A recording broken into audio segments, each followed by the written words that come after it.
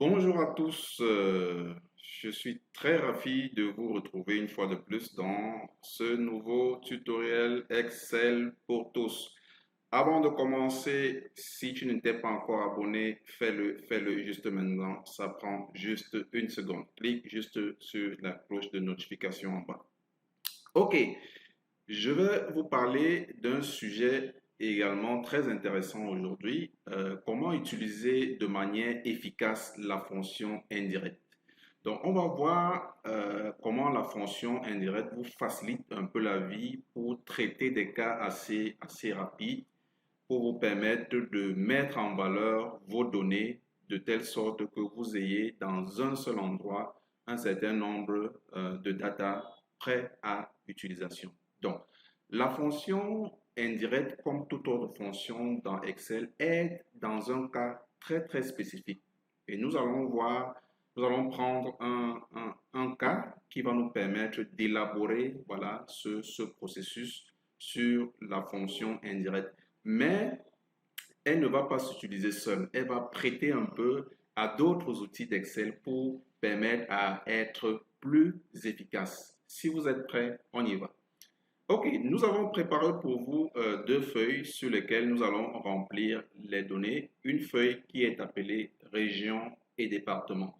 Sur cette feuille, nous avons mis en exergue toutes les régions du Cameroun. Vous les connaissez certainement très bien, de l'Adamawa jusqu'à la région du Sud-Ouest, qui sont classés par ordre alphabétique.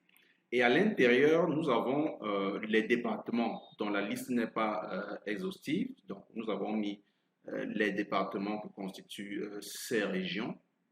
Et le jeu, c'est quoi derrière? Le jeu, c'est lorsque vous êtes dans une autre feuille comme Compile Data que nous avons mis en exergue ici, il est question à chaque fois sur cette cellule-ci, chaque fois que vous sélectionnez l'un des régions, des 10 régions qu'on a ici, que vous ayez automatiquement voilà, de manière automatique, il y a une forme d'automatisme qu'on a mis derrière, que vous ayez dans cette cellule-ci, en déroulant tous les départements que constitue la région que vous avez sélectionnée.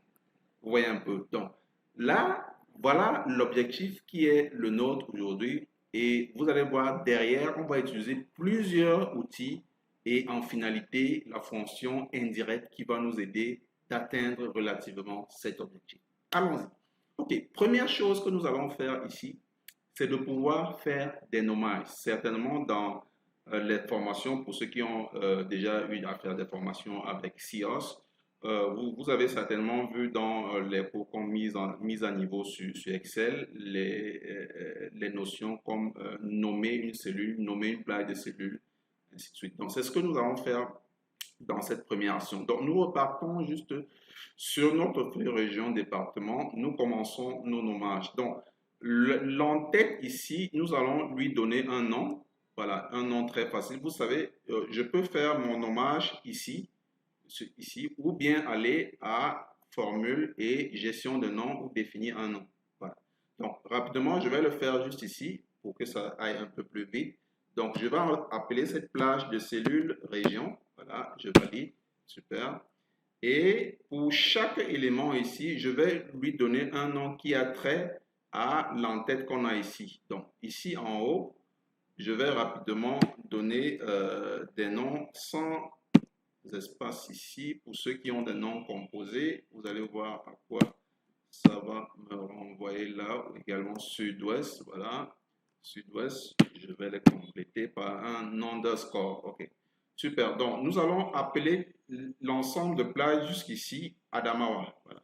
Adamawa, avec le nom qui colle avec le nom qui est juste en haut. On va le mettre en majuscule. Adamawa. J'y arrive. Je valide également ici, région du centre. Ok, on va rapidement taper centre. Voilà, ici, la région de l'Est. Voilà, Est. Super.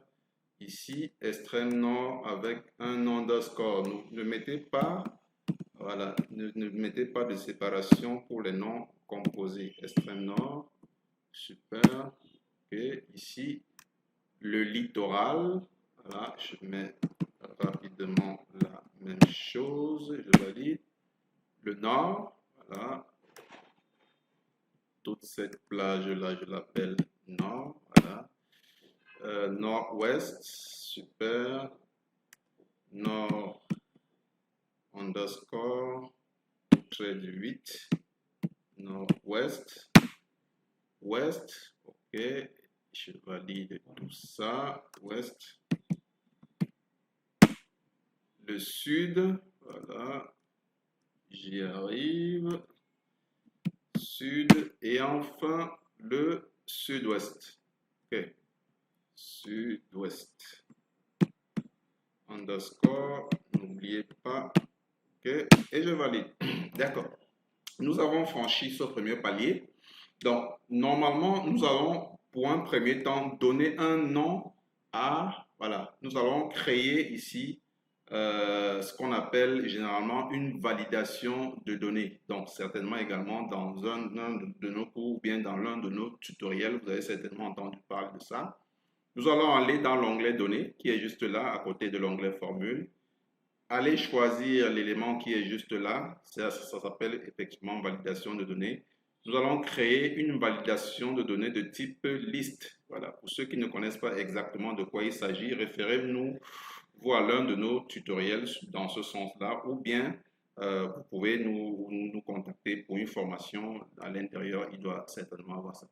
Dans liste, je vais plutôt aller chercher, au lieu d'aller prendre de manière avec ma souris toute cette liste qu'il y a ici. Comme j'ai déjà donné un nom à ma liste, voilà, je vais juste aller dans formule, aller demander de rechercher le monsieur qui s'appelle nom, région, autant pour moi ici, il est juste là.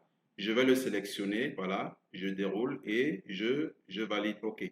Donc, vous avez aperçu directement ici qu'on a, tant que ça se voilà, vous voyez que lorsque je déroule là, voilà, vous voyez très bien que toutes les régions sont effectivement là. Voilà.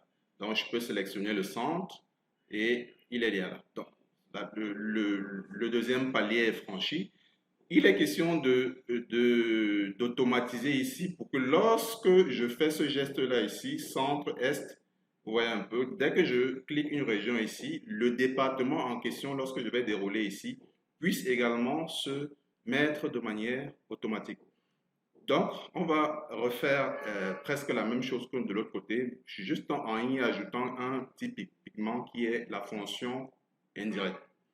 Donc, je vais à données, je vais à validation de données comme tout à l'heure. Je choisis effectivement liste, voilà, et j'utilise ma fonction indirecte comme on vous l'a annoncé ici. Indirect, indirect de quoi? Indirect de la cellule, voilà, la cellule région qui est juste là. Je valide là et je ferme ma parenthèse, je mets OK. OK, donc, vous voyez, ça c'est mis en exergue ici. Je vais sélectionner par exemple la région du Nord. Je vais voir si, vous voyez, tous les départements de la région du Nord sont effectivement là. Je peux juste le sélectionner pour un autre calcul ou bien pour un autre objectif que je vais atteindre ici. Si je choisis une autre région, la région de l'Ouest, je viens sélectionner ici. Vous voyez que ça s'est effectivement repositionné sur tous les départements que concerne la région de l'Ouest. Je prends un dernier élément pour vérifier.